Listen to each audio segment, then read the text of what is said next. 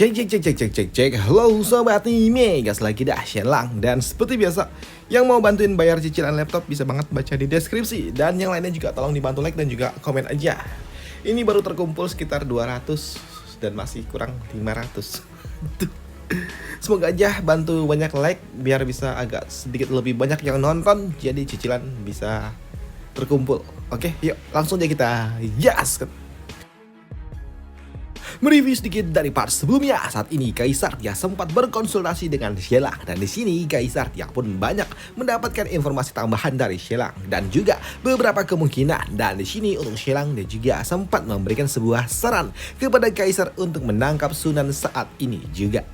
Sedangkan di sisi lainnya di kerajaan Qian di beberapa waktu yang sebelumnya, setelah Raja Qian ataupun bapak dari mereka meningsoi, kini para putra mereka ataupun para pangeran mereka semua saling menghancurkan satu sama lain ketika mereka melihat sebuah kekosongan kekuasaan dan mereka ingin mengambil alih posisi itu, yang membuat mereka saling menghancurkan satu sama lain. Nggak peduli dengan bapaknya yang saat ini terbujur kaku di tengah sana, justru para pangeran dan juga kelompoknya mereka saling menyerang satu sama lain. Sedangkan di luar istana saat ini mata-mata kerajaan Yue yang merupakan seorang Qasim yang memang merupakan salah satu Qasim kepercayaan dari Raja Qian, dia pun langsung mengirimkan sebuah pesan yang telah dia dapatkan kepada mata-mata kerajaan Yue. Dan untuk mata-mata ini dia pun langsung bergegas kembali ke kerajaan Yue untuk dapat melaporkan dan juga memberitahukan kalau ternyata saat ini Raja Qian udah meningsoi. Sedangkan di sisi lainnya untuk Sunan saat ini dia pun stres, shock ketika dia mendapatkan sebuah kabar kalau ternyata Raja Qian udah meningsoi. Yang tentunya hal itu membuat Sunan dia pun benar-benar marah, murka dengan ini semua karena semua rencananya jadi berantakan. Dan dia kini melepaskan energi internalnya yang ternyata Sunan dia kuat. Dia sungguh sangat kuat, bahkan dia dapat menghancurkan sebuah tembok hanya dengan satu gerakannya saja. Dan di sini Sunan terlihat kalau dia memang seorang kultivasi ataupun pendekar yang sangat amat kuat. Dan untuk Sunan, dia pun tahu kalau ini akan sangat amat berbahaya. Mungkin saja ini adalah sebuah momentum bagi Kaisar untuk dapat menaklukkan dirinya. Dan untuk dapat mengcounter itu semua, di sini Sunan dia meminta kepada bawahannya untuk segera menjalankan rencana mereka, rencana terakhir mereka. Sedangkan di sisi lainnya untuk di penjara Heishan saat ini, pimpinan penjara ataupun pimpinan dari para pasukan pribadi Kaisar mendapatkan informasi itu yang dikirimkan oleh mata-mata mereka, dan untuk pimpinan dia pun langsung segera melaporkan ini kepada Kaisar. Sedangkan di sisi lainnya untuk Kaisar sendiri ternyata dia nggak bisa turu. Dia pun stres, dia pun kepikiran dengan apa yang diucapkan oleh Shenlang sebelumnya. Skenario yang diberikan oleh Shenlang sungguh sangat mengerikan hingga membuatnya nggak bisa turu. Namun tiba-tiba aja dia juga mendapatkan sebuah pesan yang dikirimkan oleh bawahannya kalau saat ini pimpinan dari penjara Heisha ingin bertemu dengan Kaisar, yang tentunya hal itu menotis bagi Kaisar karena orang tua itu tidak pernah datang menemui dirinya kecuali hal-hal penting. Dan benar saja kini orang tua ini dia pun datang menemui Kaisar, yang membuat Kaisar dia pun bertanya ada apa. Dan untuk orang tua ini dia langsung memberikan sebuah surat yang telah dikirimkan oleh mata-mata. Dan ketika Kaisar dia membaca surat itu, dia pun tersenyum karena dia mendapatkan sebuah kabar kalau Raja Qian udah meningsoi, yang tentunya membuat Kaisar dia sungguh sangat senang. Selain itu juga di sini Kaisar yang mendapatkan sebuah informasi dari mata-mata yang ada di keluarga Su kalau saat ini terjadi pergolakan di kediaman dari keluarga Su, yang membuat Kaisar dia pun bertanya apakah Sunan masih ada di kediamannya, dan hal itu pun dibenarkan oleh pimpinan itu, yang membuat di sini Kaisar dia pun berpikir apakah ada sesuatu yang sedang direncanakan oleh keluarga Su, hingga membuat Kaisar dia juga berpikir apakah ini semua informasinya benar. Pikir dari Kaisar yang ragu-ragu, tapi melihat Kaisar yang ragu, di sini orang tua ini dia pun mengatakan kalau berita ini sepertinya memang benar, yang membuat Kaisar dia pun tahu apa yang harus dia lakukan, dan dia langsung meminta kepada orang tua ini untuk segera menangkap Sunan sesuai dengan perintah dan juga saran yang diberikan oleh Shenlang sebelumnya. Dan benar saja, kini para pasukan pribadi kaisar mereka pun langsung mengirimkan 3.000 pasukan untuk dapat menangkap Sunan mengepung kediaman dari keluarga Su. Bahkan saat ini kaisar dia juga mengirim Patua Ali Qasim kepercayaan dirinya. Dan di sini untuk Patua Qasim dia pun datang dan bertanya apakah Sunan masih ada di dalam, dan hal itu pun dibenarkan oleh penjaga ini. Dan kini mereka pun masuk ke dalam kediaman dari keluarga Su, dan mereka melihat kalau ternyata saat ini Sunan sedang duduk di sebuah meja. Dan dia duduk dan juga ada sebuah papan catur tepat di hadapan dari dirinya.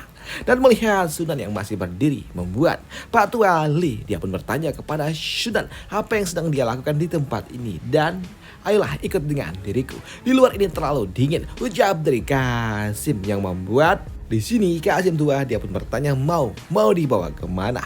Dan untuk Qasim dia pun bertanya kepada Sunan mau kemana terserah, pilihlah 2 tempat, penjara Heshi atau kuil Dali, ucap dari Qasim. Tapi di sini untuk Sunan dia pun mengatakan tidak, dia nggak mengerti, dia tidak mengerti dengan apa yang dimaksud oleh Qasim tua, dan dia mengatakan mungkin saja ini ada sebuah kesalahpahaman, ucap dari Sunan yang membuat di sini Qasim tua ketika dia mendengar apa yang diucapkan oleh Sunan dia pun menyadari ada yang janggal dengan orang tua ini, dan dia berpikir kalau orang tua ini bukan Sunan. Dan itu membuat Qasim tua dia pun langsung menggebrak meja dan dia pun juga bertanya siapa kau sebenarnya dan di mana Sunan, ucap dari Qasim. Tapi untuk orang tua ini dia pun mengatakan tidak, aku tidak tahu apa yang kau maksud, ucap dari orang tua itu. Dan untuk Qasim dia pun bertanya, kau pasti adalah peniru dari Sunan. Tidak, ucap dari orang tua ini, aku tidak meniru Sunan, tapi master lah yang meniru diriku, ucap dari orang tua itu yang membuat Qasim tua ini dia pun sadar betul kalau sosok yang ada di depannya ini bukanlah Sunan yang dia cari, ia hanyalah sosok penirunya. Dan untuk Qasim tua dia pun juga tahu kalau Sunan bukanlah orang tua karena usianya hanya beda 1 tahun dari kaisar, walaupun memang penampilannya terlihat seperti orang tua rapuh yang gak berguna, yang membuat Qasim tua dia pun tahu kalau Sunan memang sangat amat mengerikan. Tapi untuk Sunan Gawe dia pun bertanya apa yang akan dilakukan oleh Qasim tua, dan apakah kau ingin menangkapku? Ayo tangkaplah, ucap dari orang tua ini yang membuat di sini Qasim tua dia pun bertanya di mana Sunan. Tapi di sini orang tua ini dia pun mengatakan, apakah kau pikir kau bisa menangkap master? Tidak, ucap dari orang tua ini yang kini dia menjatuhkan lilin yang ada di mejanya, yang membuat kini api pun menjalar dengan sangat cepat yang membuat terbakarlah tempat ini bersama dengan dirinya, yang membuat Qasim tua dia pun kaget dengan apa yang dilakukan oleh orang tua ini. Apa yang sedang dia lakukan? Apakah ini adalah rencana dari Sunan? Pikir dari Qasim tua. Tapi ternyata bukan cuma kediaman dari keluarga Su saja yang terbakar.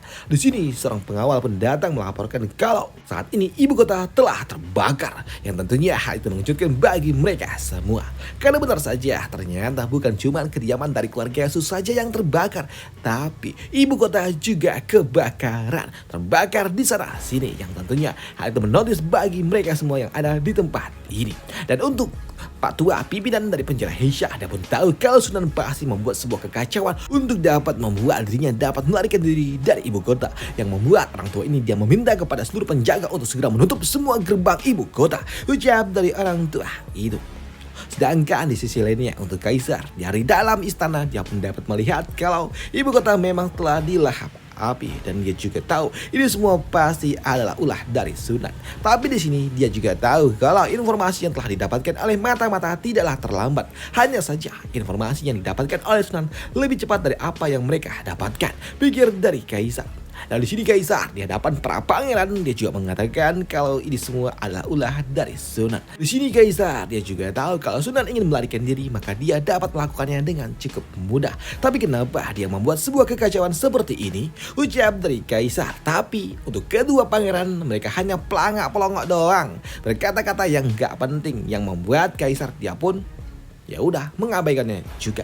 Tapi di sini kaisar dia pun berpikir apa yang sedang dilakukan oleh Sunan ini sepertinya dia hanya ingin menunjukkan kepada dirinya kalau ini adalah sebuah respon yang bisa diberikan oleh Sunan, melawan balik ketika dia mulai ditekan. Sedangkan di sisi lainnya ternyata untuk Sunan dia tidak. Dia belum melarikan diri tapi dia justru malah membuat kekacauan di ibu kota. Dan untuk wujud asli dari Sunan adalah, nah inilah dia wujud asli dari Sunan yang sebelumnya tua-tua bangka tapi ternyata dia tidak setua itu. Dan di sini Sunan dia memang terlihat sendiri tapi nyatanya tidak butuh waktu lama. Kini para pasukan setia miliknya mulai bermunculan satu demi satu dan mulai bersatu dengan Sunan membuat kekacauan di ibu kota. Namun melihat pergerakan yang dilakukan oleh Sunan yang akan pergi meninggalkan ibu kota, ternyata Sunan dia pergi menuju salah satu gerbang, yaitu gerbang Zuku. Ya gitulah namanya. Dan di sini melihat pergerakan dari Sunan dan itu tentunya menotis bagi para penjaga. Dan para penjaga yang telah mendapatkan sebuah perintah untuk menutup pintu gerbang, mereka pun bertanya siapa, kelompok mana ini. Tapi untuk Sunan dia nggak peduli dengan itu semua dan dia langsung memobilisasi pasukannya untuk menerobos gerbang itu. Dan dengan kemampuan yang dimiliki oleh Sunan, tentunya mudah saja bagi dirinya untuk dapat melakukannya. Mengingat Sunan dia adalah seorang master ahli seni bela diri. Namun uniknya di sini Sunan dia pun mengatakan dan juga mengaku kalau dirinya adalah sekelompok bandit yang bernama Kutu. Dan di sini dia juga mengatakan dan juga menyerang pasukan penjaga gerbang. Namun di sini para penjaga gerbang mereka tidak diam saja. Mereka juga sempat melepaskan sebuah perlawanan kepada Sunan dan juga pasukannya. Hanya saja pasukan yang dipimpin oleh Sunan adalah pasukan elit yang memang telah dimiliki oleh keluarga Sunan. Dengan kemampuan mereka yang dipimpin langsung oleh Sunan yang memang seorang master, mudah saja bagi mereka untuk dapat menembus pertahanan ibu kota, yang membuat kini para pasukan Sunan mereka benar-benar memporak-porandakan gerbang itu. Dan setelah mereka menghancurkan gerbang, di sini Sunan dengan gagahnya dia dapat menerobos dan kabur keluar dari ibu kota. Dan dia juga mendeklarasikan kalau kerajaan Yue adalah kerajaan yang sangat amat lemah sekali. Ucap dari Sunan yang kini dia dapat kabur meninggalkan ibu kota. Dan apakah Sunan akan tertangkap? Apakah dia bisa melarikan diri? Akan kita bahas di part lanjutannya aja. Dan sampai jumpa di part lanjutannya. Dan kenapa bang ini pendek banget? Karena tiba-tiba hujan. Waduh, malam minggu ini hujan cuy. Ini gua take voice malam minggu di sekitar jam 22.22. Ya, setengah 11. Nanti kita lanjutkan sore lagi, oke? Dan sampai jumpa di part lanjutannya. Bye, thank you.